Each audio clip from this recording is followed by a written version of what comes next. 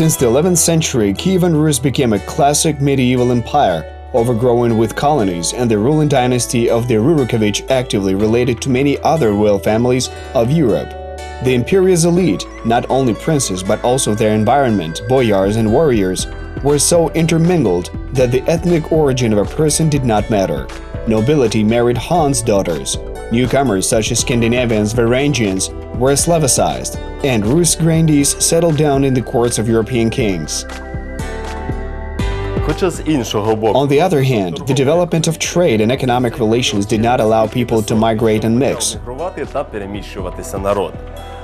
That is, representatives of Polanians were on their lands, Dragovichi lived on their own, and Krivichi were lost in the impenetrable woods of their region. People's migration, contrary to the claims of Russian historians, did not occur during that period.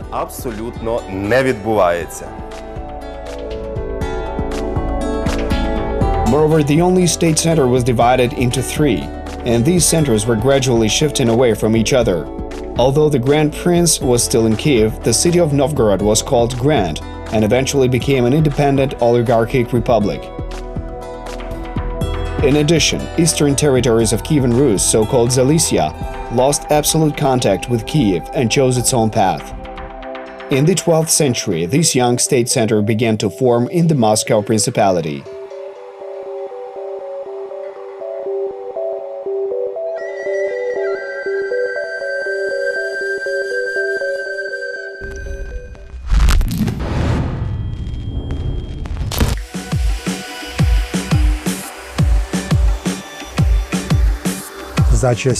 In the times of Kyivan Rus, different nations were united under what was known as the Kiev Centralized Empire, even in the 19th century. Яку абсолютно чітко навіть називали імперією за часів 19 століття, і про це відверто... Even Karl Marx and Friedrich Engels wrote about this. Карла Маркса і Фрідріха Енгельса. Безпосередньо Карл Маркс... Marx in particular called Kyivan Rus the empire of the Ryurikovich dynasty.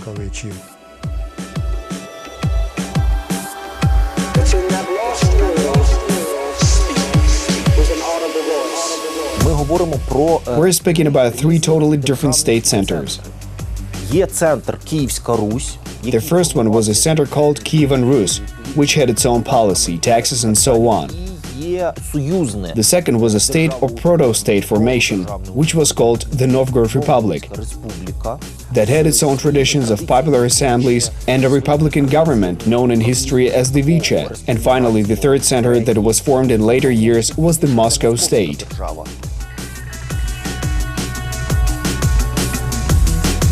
In fact, Rus, as an early medieval state with Kiev as its capital, went through three completely separate stages of development. The first stage was a centralized mono-ethnic Slavic state with its center in Kiev. In the second stage, it was called the Independent Principality Rus, which was divided through dynastic wars among princes into several spheres of influence that were hostile to each other.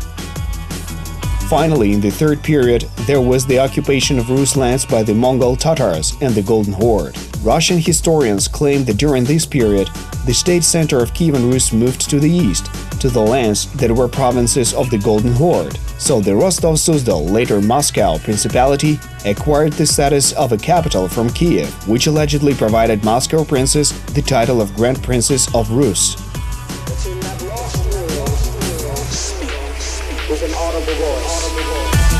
The village, called Moscow, was first mentioned in 1147. Impassable woods separated it from the Great Kyivan Rus. That's the reason why these territories were called Zalicia. These were large Bryansk forests that separated Kyivan Rus from the Moscow Principality and have survived to this day. Muscovy would have remained an obscure province in the impassable woods if not for the Mongol Tatar invasion.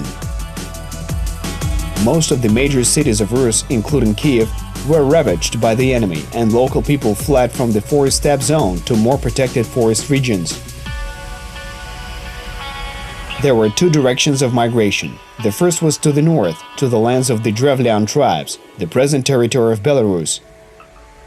This flow of immigrants from southern principalities was so powerful that it gave an impetus to the formation of a new state called the Grand Duchy of Lithuania.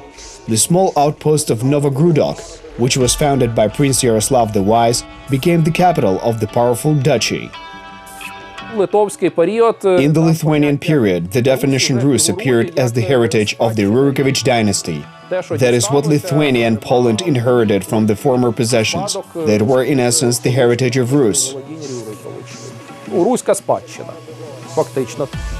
But there was still the second basic direction of migration. The invasions from the east forced people to flee to the west, to Galicia and Volyn lands. The local princes Danilo and Vasilko Romanovich remained almost the only hope for the survivors. Before the beginning of the siege of Kyiv by the Mongol Tatars, Moscow Prince Mikhailov Vsevolodovich simply fled from the city. Therefore, the Galician province governor Dmitro led the defense of Kyiv, and when the capital was seized, all state affairs were transferred to the Galician Volyn lands, which soon became a full-fledged kingdom. What is very important here is that these Galician Volyn lands, even in the 18th century, were also known as Rus. Dutchman Abraham Ollard's and German Johann Baptista Gomann's geographical maps of 1710 and 1711, respectively, called Galicia and Pakutia Rus Rubra, or Червона Rus. Русія Рубра, Червона Русь, залишалася саме за Галичиною та Покуттям. And what was also important is that these Rus lands had never been a part of the Horde Empire. King Danilo of Galicia was only a vassal and a forced ally of the Golden Horde. But he was a very unreliable and rebellious ally. Once every few years, the Horde forces conducted campaigns against Danilo, who built fortified cities and looked for ways of liberation from the Horde. And soon he found a solution. Together with Lithuanian princes, King Danilo began to defeat the warriors of the Horde. Then Rus lands were finally liberated from the Mongol Tatar yoke after the Battle of Blue Waters in 1362. Therefore, it was logical that the population of Rus lands, the territory of present-day Ukraine and Belarus, did not strive to move to the lands of Moscow, that at that time were still occupied by the Mongols. The claim of Russian historians that Rus lands had been deserted after the invasion turned out to be a myth. The Horde forces did not destroy the entire population. Mongol Tatars needed these lands as breadbasket for their cavalry.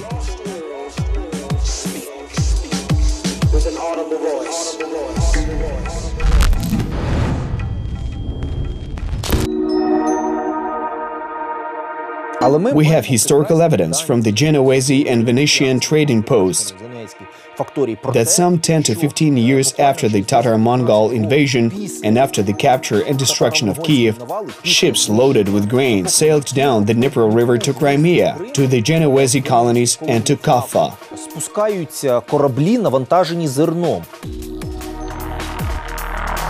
But more than a century, until the late 15th century, Muscovy remained a province illuze of the Golden Horde and paid tribute to the Tatar Khans until the early 18th century.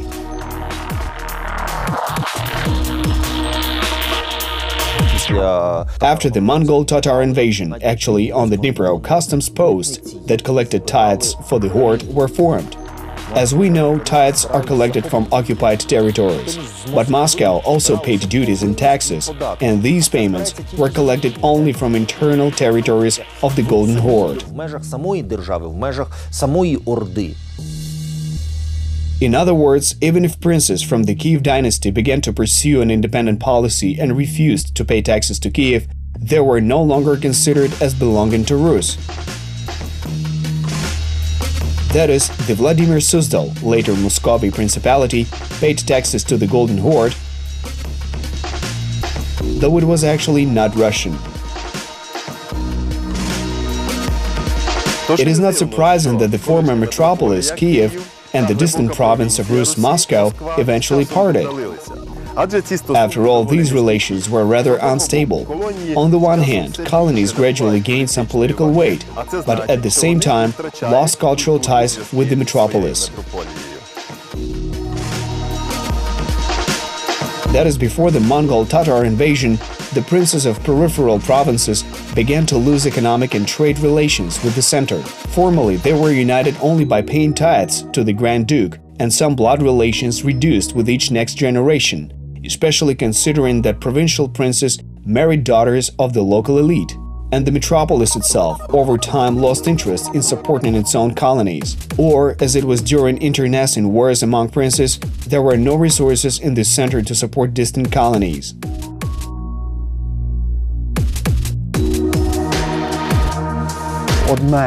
It's one thing when there is one state and one system-forming nation, as it was in Kiev, but it is quite another matter when an alien dynasty comes to govern a foreign nation.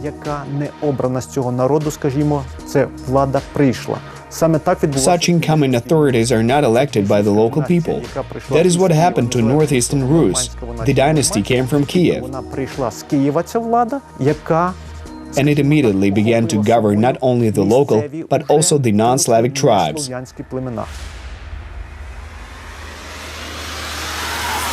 So, from the vantage point of so-called modern historiography, we cannot prove the roots of a ruling dynasty, because then Bulgaria would have been of Turkic origin, as Bulgarian Hans founded the state.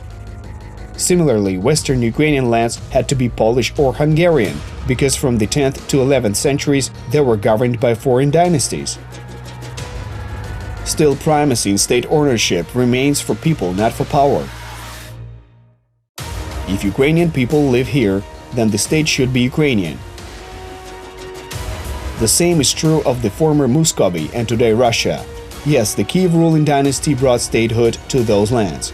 However, princes came with small squads to the lands settled mainly by Finno-Ugric tribes. Therefore, the state should be Ugro-Finnic, with the accordant traditions.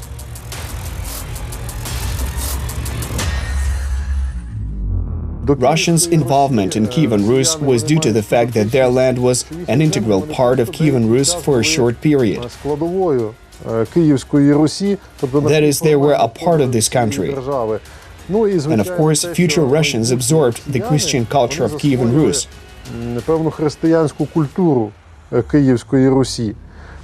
And remained with many Ukrainian influences, because the Ukrainian ethnic group was the actual founder of Kyivan Rus.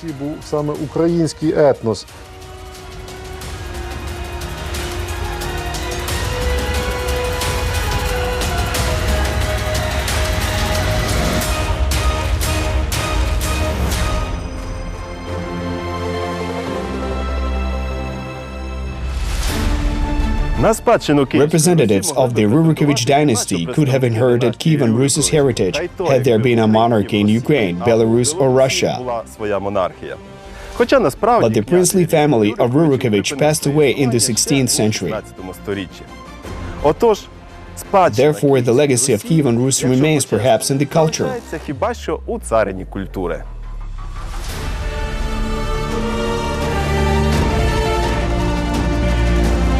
Despite that, today we can speak only about literary, architectural or ideological influences.